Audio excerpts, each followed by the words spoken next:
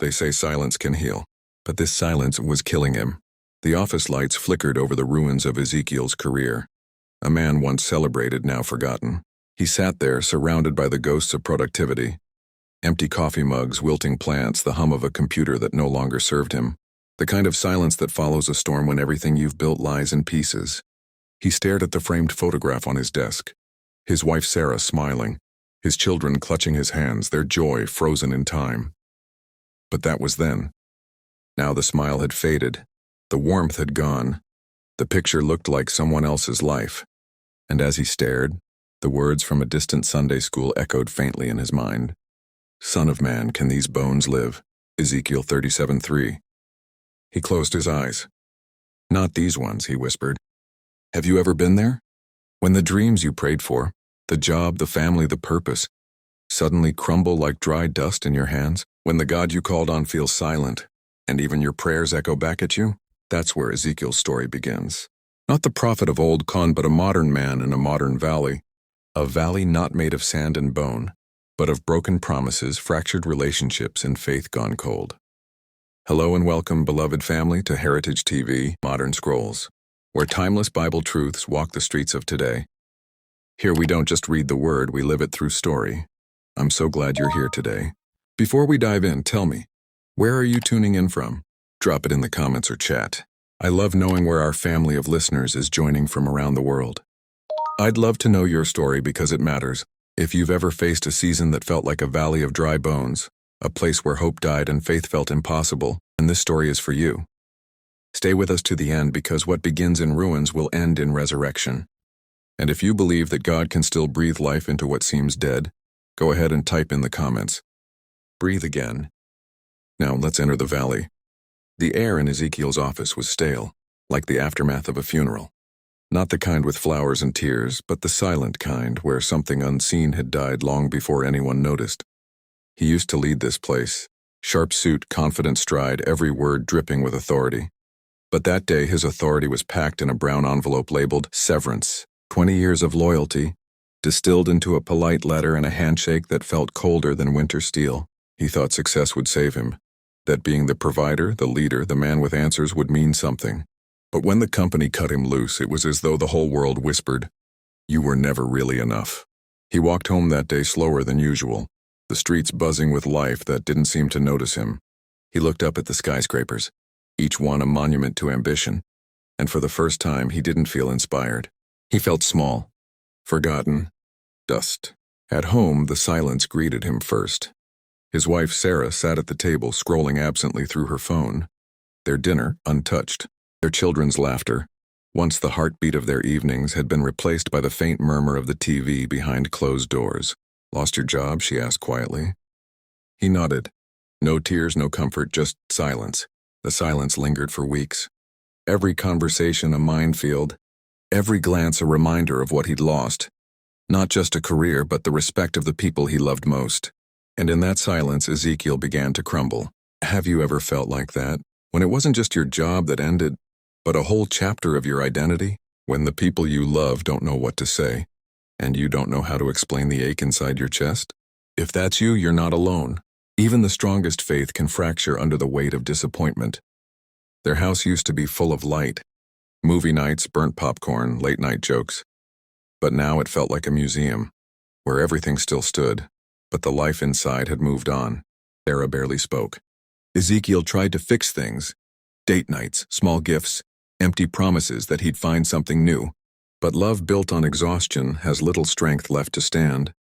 He sat one night in their bedroom, staring at her back as she faced away, both of them awake, pretending to sleep. He reached out, then pulled his hand back. Something invisible, something heavy stood between them, thicker than the dark. In the stillness, his heart whispered again, "Son of man, can these bones live?" He didn't answer this time. He didn't have the strength. In the book of Ezekiel, God took the prophet into a valley full of dry bones, not just dead bodies, but the memory of what had been alive. And he said, "Prophesy to the bones and say to them, O dry bones, hear the word of the Lord. I will cause breath to enter you, and you shall live." Ezekiel 37 verses 4-5. But in our world today, valleys don't always look like graveyards. Sometimes they look like unpaid bills, divorce papers, panic attacks, or the quiet, lonely drive home after bad news. And just like the prophet, Ezekiel, this modern man, stood there in his own valley surrounded by everything he'd lost. If you're in a valley right now, your marriage shaking, your faith fading, your dreams scattered like bones, I want you to pause. Breathe, because God still asks the same question. Can these bones live? Type yes, Lord, if you believe there's still life in what looks dead. The mornings used to be easy. A quick jog, strong coffee, a tie knotted with purpose. But now, even getting out of bed felt like climbing a mountain with bricks on his chest. Ezekiel's body was betraying him. The fatigue was constant. Not the kind that sleep could cure, but the kind that lived in the bones. Every step was heavy, every breath shallow, every thought tangled in fog. His reflection in the mirror looked like a stranger. Hollow eyes, unshaven jaw, shoulders slumped. He used to look alive. Now he looked unfinished. The phone calls stopped coming. Friends grew distant. Not out of cruelty, but out of discomfort. No one knows what to do with a man who's falling apart quietly. And somewhere in that haze of exhaustion, the lies began to whisper. You're done. You failed. You'll never recover. He stopped going to church. He told himself it was just for a week. But weeks became months. He couldn't sit through another sermon about faith and victory when he could barely muster the will to breathe. Have you ever been there? When worship songs feel like someone else's story, when the name of Jesus tastes like dust in your mouth because your hope feels long buried, there's a strange silence that follows spiritual collapse. It's not rebellion. It's not anger. It's emptiness. The sound of prayers bouncing off your own ceiling. Ezekiel knelt one night beside his bed. He didn't even know why. Habit, maybe desperation. He tried to pray, but the words wouldn't come. He whispered, God, are you still there? No thunder, no light, just the hum of the refrigerator and his own quiet sobbing. That night he realized something chilling. He didn't just lose his job. He lost his sense of being seen by God, and in that silence a dangerous thought crept in. Maybe he never was. Have you ever asked that question? God, are you still there? Not in theory, but in the darkness when your own breath feels too heavy to carry.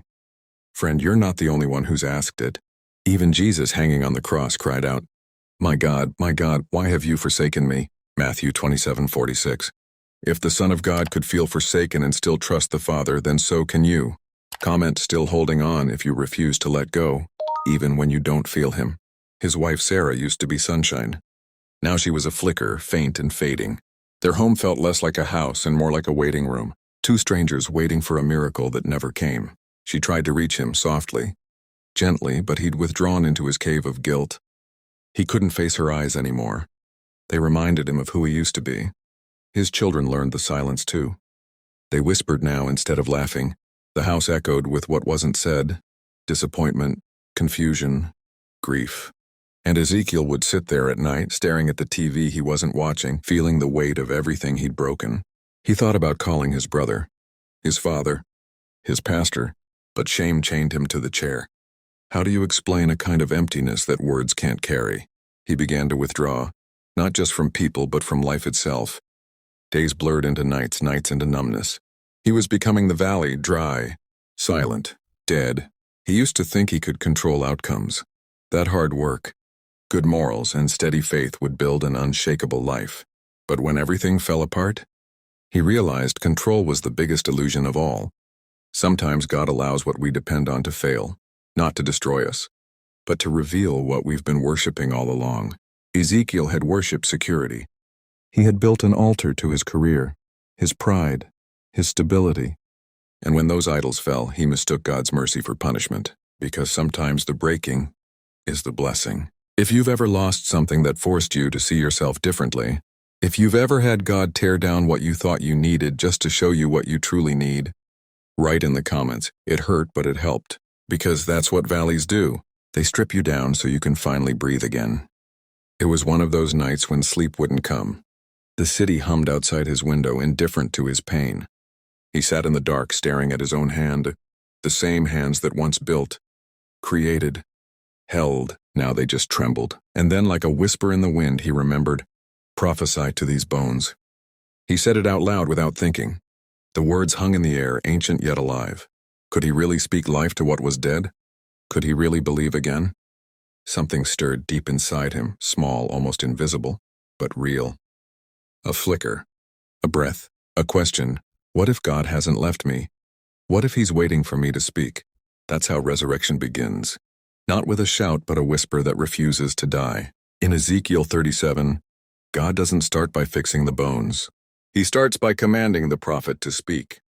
He says, "Prophesy to the breath, where you say to the wind, 'Come from the four winds, O breath, and breathe upon these slain that they may live.'" Ezekiel 37:9. In other words, God waits for man to partner with him in the miracle. And maybe that's where you are, standing over the ruins waiting for God to move. But maybe God is waiting for you to speak. Take a breath right now, yes, right where you are. You may feel empty, forgotten, disqualified, but the same God who spoke to a valley of bones still breathes into lifeless places. If you're ready for God to breathe again into your home, your heart, your dreams, write it below. Breathe into me, because we're about to watch him do it. The sun broke through the blinds like it had every other morning, but this time Ezekiel noticed it. For weeks he had moved through his home like a ghost, barely aware of light or color. But that morning felt different, not because his problems had disappeared. The bills were still due, the tension with Sarah still thick, but because something within him shifted. It wasn't joy yet, it wasn't clarity, it was something smaller, like the first tremor of a heartbeat returning to a lifeless body. A whisper that said, "You're not done yet." He sat at the kitchen table, where silence used to sit heavy between him and his wife. Sarah poured coffee quietly, and for the first time Ezekiel looked at her. Really looked. She had carried pain too. His collapse hadn't just cost him. It had cost her faith, her peace, her laughter. He reached for her hand. It was a simple touch, awkward at first, but she didn't pull away. Sometimes healing begins in the smallest gestures. A glance, a touch, a breath. In Ezekiel 37:10 the prophet says, "So I prophesied as he commanded me, and breath came into them, and they lived, and stood upon their feet, an exceedingly great army." It didn't happen when he understood. It happened when he obeyed. That morning Ezekiel, this modern man, decided to obey a whisper. He opened the Bible he hadn't touched in months. The pages stuck together, stiff with disuse. His eyes fell on Psalm 34:18. "The Lord is near to the brokenhearted and saves those crushed in spirit." He read it once, then again, and for the first time in a long time, he believed it might be true. Have you ever read a verse you've seen 100 times? But this time it reads you instead. If a word from God ever found you when you least deserved it, drop a "He still speaks" in the comments. Because the word doesn't expire, it resurrects. Ezekiel started small. He walked to the park down the street, the same one where he used to take his kids years ago. The air was cold, but it felt honest. He watched strangers jog, children laugh, old men feed pigeons. Life hadn't stopped. He had. For months he had prayed for a miracle, expecting thunder and angels. But maybe miracles don't always come as explosions. Sometimes they arrive quietly, disguised as another sunrise, another second chance. He sat on the bench, watching his breath rise in the cold air, and suddenly it hit him. Even when I stopped breathing in hope, God never stopped breathing over me. He whispered again, softly this time, "Lord, breathe on me." When God restored the bones in Ezekiel's vision, he did it in stages. First the bones came together, then sinews and flesh appeared, but they were still lifeless until breath entered them. Restoration isn't instant, it's layered. First, God aligns what's broken, then he covers it with grace. Then he breathes his spirit into it and it lives again. Ezekiel, our modern man, was in that process. His bones were coming together. Purpose was forming again. Hope was whispering again. Maybe that's where you are, in the middle of your restoration. Things are shifting, but not perfect yet. It's okay. The bones are moving. Write in the comments, "He's not done with me yet." Because he isn't. The same spirit that raised Christ from the dead dwells in you. Romans 8:11. Weeks passed. Ezekiel began to rise early again, not to chase success, but to meet God before the world woke up. He'd sit with his coffee, journal open, whispering prayers that were more like conversations now. "Lord, I don't know what comes next, but I trust you'll show me one step at a time." His wife noticed. His children noticed. Even his friends who had drifted away started calling again, not because he was successful again, but because he was alive again. Sarah joined him one morning. They sat together in quiet prayer, awkward at first. But then something sacred happened. Tears came, not of pain this time, but of release. The valley hadn't disappeared. But there was wind now, gentle, unseen, divine. When the breath entered the bones in Ezekiel's vision, the valley transformed. What was once a graveyard became an army. That's the beauty of God's restoration. He doesn't just revive you, he reassigns you. Ezekiel wasn't brought back to where he was. He was brought forward into who he was meant to be. His pain became purpose. His ruins became revelation. His scars became stories that healed others. Maybe that's your calling too. To stand up, not as the person you used to be, but as the warrior God is raising you to be. If you believe your valley can become your victory, type "rise up" in the comments. Because God is not finished writing your story. Months later, Ezekiel walked into a small community center where he'd been volunteering. Helping people find jobs, praying with strangers, telling them, "Hey, I know what it feels like to lose everything, but I also know what it feels like to breathe again." And every time he said it, he meant it. Sarah's laughter returned to their home. His children's joy filled the air again. Not because life was perfect, but because life was present. He had learned something sacred in the valley, that God's breath doesn't just restore your circumstances, it restores you. Ezekiel stood in his living room one night, lights dim, Bible open. He whispered the verse that had haunted and healed him. And he said to me, "Son of man, these bones are the whole house of Israel. Behold, they say, our bones are dried, our hope is lost." Ezekiel 37:11. He smiled through tears. He whispered, "I said that once too." But the next verse says, "Thus says the Lord God, behold, I will open your graves and cause you to come up out of them, and you shall live." Ezekiel 37:12. He looked around his home, alive again, glowing with laughter and prayer. And for the first time in a long time, he whispered with conviction, "Breathe, Lord, keep breathing." Friend, maybe you've been walking through your own valley. A marriage gone cold, a faith grown weary, a dream that feels buried. But hear this. If God could breathe life into dry bones in Ezekiel's day, and if he could breathe life into a broken man's story in ours, he can breathe life into you.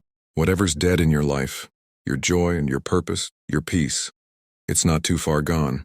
Because resurrection is not an event, it's a person, and his name is Jesus. If you're ready to believe again, if you're ready for God to breathe on your valley, type in the comments right now, "Lord, breathe on me." Then subscribe, like, and share this story with someone who's standing in their own valley today. Because sometimes all someone needs is to know that dry bones can live again. And as you go, remember this. The valley was never your ending. It was your awakening. God bless you.